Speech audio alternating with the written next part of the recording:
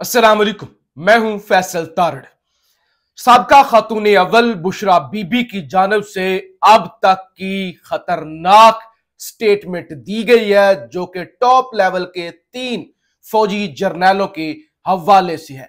खान की जानब से फौरी तौर पे काजी फाइज ईसा से अपील की गई है। साइफर केस में आज क्या हुआ, और फिर आज जो चीनी इंजीनियर्स पर खुदकश हमला हुआ है, वो भी एक अफसोसनाक खबर है। लाहौर हाई कोर्ट ने आज बड़े और दबंग फैसले की है पीटीआई के हक में, उस सवाल से भी बात करेंगे।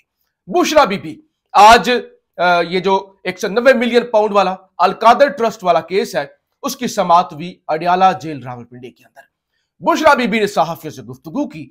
बुशरा बीबी ने यह कहा कि इमरान खान बिल्कुल फिट है, उनकी सेहत ठीक है, लेकिन अगर उनको कुछ होता है 3 शख्सियात जिम्मेदार होंगी। नंबर 1, पाकिस्तान के army chief general Syed Asim Munir. Number 2, DG ISI lieutenant general Nadeem Ahmed Anjum.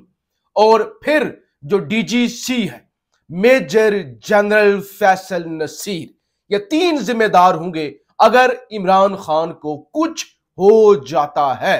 लिहाजा मेरी अपील है, ये तीनों इमरान खान की हिफाजत करें। बुशरा बीबी ने अपने हवाले से भी बात की। बुशरा बीबी ने कहा कि मैं जो शहद खाती हूं, उस शहद के अंदर कुछ मिला दिया गया था, जिस वजह से मेरी तबीयत खराब हुई।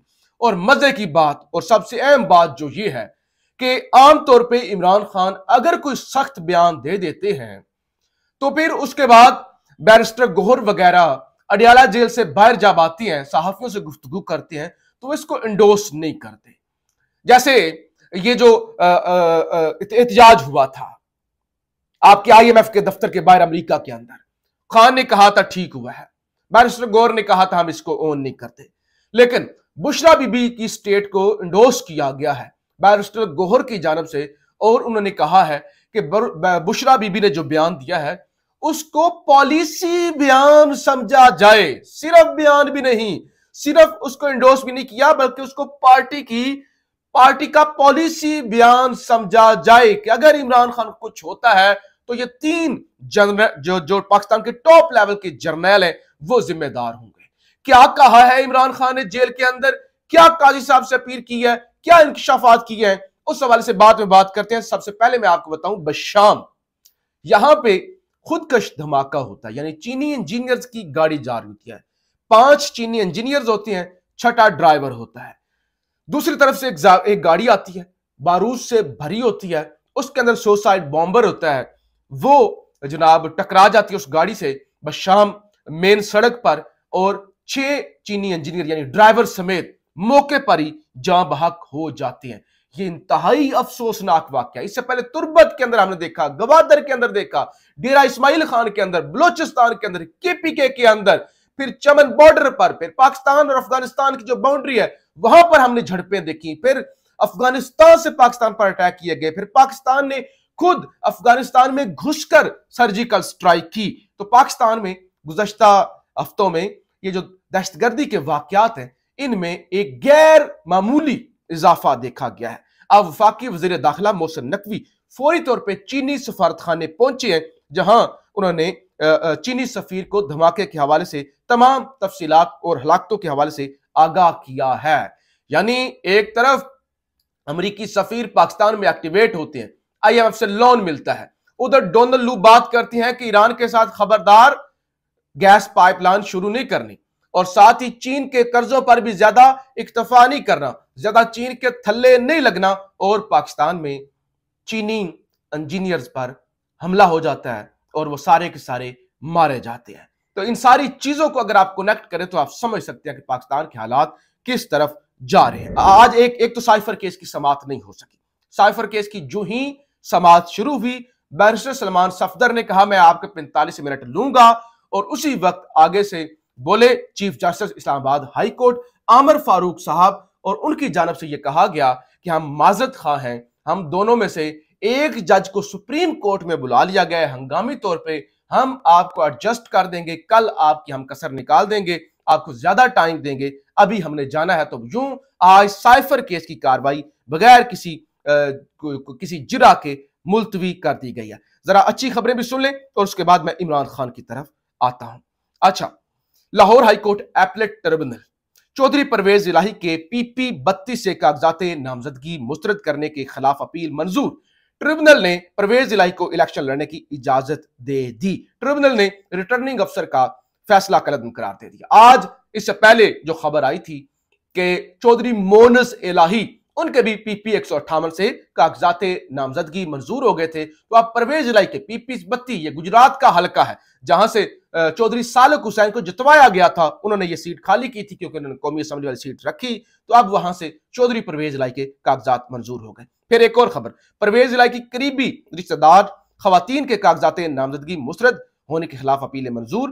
ट्रिब्यूनल ने रेहाना अब्बास, ज़ारा इखलास, सुमेरा इलाही के कागजात मंजूर कर लिए। अदालत ने तीनों खवातीन को इलेक्शन लड़ने की इजाजत दे दी। तीनों खवातीन भी PP 32 से उम्मीदवार हैं। तो ये तो मैंने आपको बता दिया। अब जरा मैं आपको बताता हूं इमरान खान की जानब से अडयाला जेल में कौन सी अहम गुफ्तगू की गई है, उसका खुलासा क्या है।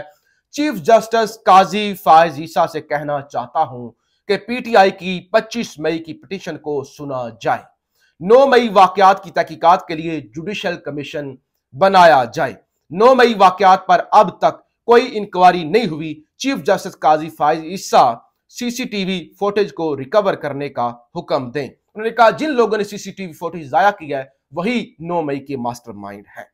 जिन्होंने CCTV फुटेज चोरी की वही 9 मई के जिम्मेदार हैं। क्राइम की इंफॉर्मेशन छुपाना भी जुर्म है। 9 मई की बुनियाद पर एक सियासी जमात को खत्म किया जा रहा है। यह सब कुछ लंदन प्लान के तहत चल रहा है। आज इंसाफ नहीं है, जिसकी लाठी उसकी भैंस वाली सूरत हाल है। 8 फरवरी पर भी जुडिशल इंक्वायरी करवाई जाए, यानी 8 फरवरी इलेक्शन वाले मामले पर भी इंक्वायरी कराई जाए। धांधलीज़दा इलेक्शन के बायस सदर जरदारी और सेनेट इलेक्शन की कोई कानूनी हैसियत नहीं।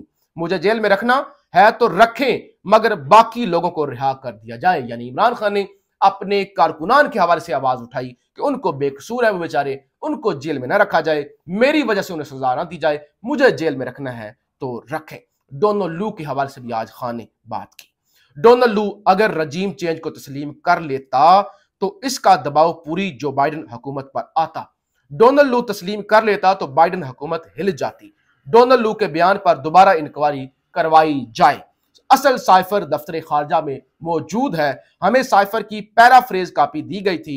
साइफर गुम हुआ तो वजीर आजम अपने ऑफिस का चौकीदार नहीं होता, बल्कि वजीर आजम ऑफिस के कुछ सिक्योरिटी प्रोटोकॉल्स होते हैं। यानी खान ने कहा मैंने गुम नहीं किया, मैं कोई चौकीदार वहां पे थोड़ी था, वहां पे प्रोटोकॉल्स होते हैं, वहां पे सिक्योरिटी होती है, वहां पे आपका जो प्रिंसिपल सेक्रेटरी होता है उसकी सारी जिम्मेदारी होती है। मुझे 5 दिन में 3 सजाएं सुनाई गई और खान ने कहा कि एक एंकर ने पहले ही कह दिया था कि 5 फरवरी से पहले पहले इमरान खान को सजाएं सुना दी जाएंगी। मैं तो चाहता था कि मेरे केसेस की समाअत बराह रास्त नशर की जाए।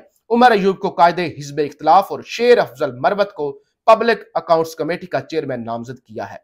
हमने तो नामजद कर दिया है, अब इस पर नोटिफिकेशन स्पीकर ने जारी करने हैं। राना सनाउल्लाह के बयान पर खान ने कहा यही कहना चाहूंगा कि माफियाज ऐसे ही करते हैं। खान ने कहा कि हम 8 फरवरी वाले हैं। ये खान नहीं, वो जिस तरह मरियम ने कहा था ना कि हम 28 मई वाले हैं, हम 9 मई वाले नहीं बल्कि 28 मई वाले हैं कि हमने एटमी धमाके किए थे। खान ने कहा कि हम 8 फरवरी वाले हैं। अच्छा, पंजाब में 40 MPs के फॉरवर्ड ब्लॉक से मुतालिक खान ने कहा मुझे इल्म नहीं, मुझे पंजाब के पार्लिमानी लीडर से मुलाकात की इजाजत नहीं दी गई। कोशिश करूंगा कल पंजाब के पार्लिमानी लीडर से मुलाकात करके तमाम मालूमात हासिल कर सकूं। खान ने यह भी कहा जिस तरह इसराइल फलस्तीन पर हमला करता है और फलस्तीनियों को ही टेररिस्ट डिक्लेयर कर देता है कि ये टेररिस्ट थे, इसी तरह से 9 मई किया गया और उसमें हमें डाल दिया गया कि 9 मई के जिम्मेदार PTI वाले हैं। अमेरिकी सफीर की मुलाकात के हवाले से भी कल खबरें आई थी, जराए से मैंने भी आपको बताया था। खान ने कहा कि अमेरिकी सफीर जेल में मुझे मिलने नहीं आए, जब मुलाकात होगी तो डोनाल्ड लू के बयान पर पाकिस्तान में अमेरिकी सफारतखाना के किरदार पर भी बात करूंगा। तो अभी खान ने कहा कि मेरी अमेरिकी सफीर के साथ कोई मुलाकात नहीं हुई। नवाज शरीफ ने तोशाखाना से 6 लाख में मर्सिडीज गाड़ी ली। जरदारी ने तोशाखाना से 3 गाड़ियां ली जो कि कानूनी तौर पर नहीं ली जा सकती थी। तो ये जनाब खबरें हैं कि पाकिस्तान के लिए चैलेंजेस बढ़ते जा रहे हैं। पॉलिटिकल इंतशार, अदालतों के अंदर मामला, फिर मैंडेट चोरी के हवाले से, एहतजाज के हवाले से भी आज शेर अफजल बरवत ने अडियाला जेल के बाहर कहा कि हम दमादम मस्त कलंदर करने जा रहे हैं। और दूसरी तरफ पाकिस्तान के अंदर जो टेररिज्म के खदशात हैं, खतरात हैं, वो एक हद से ज्यादा अब तजावुज कर गए हैं। और चीनी शहरियों पर हमला होना, ये मैं समझता हूं एक बहुत ही खतरनाक चीज है, जो पाकिस्तान को एक नए क्राइसिस के अंदर मुसलसल धकेलती जा रही है। पाकिस्तान जिंदाबाद।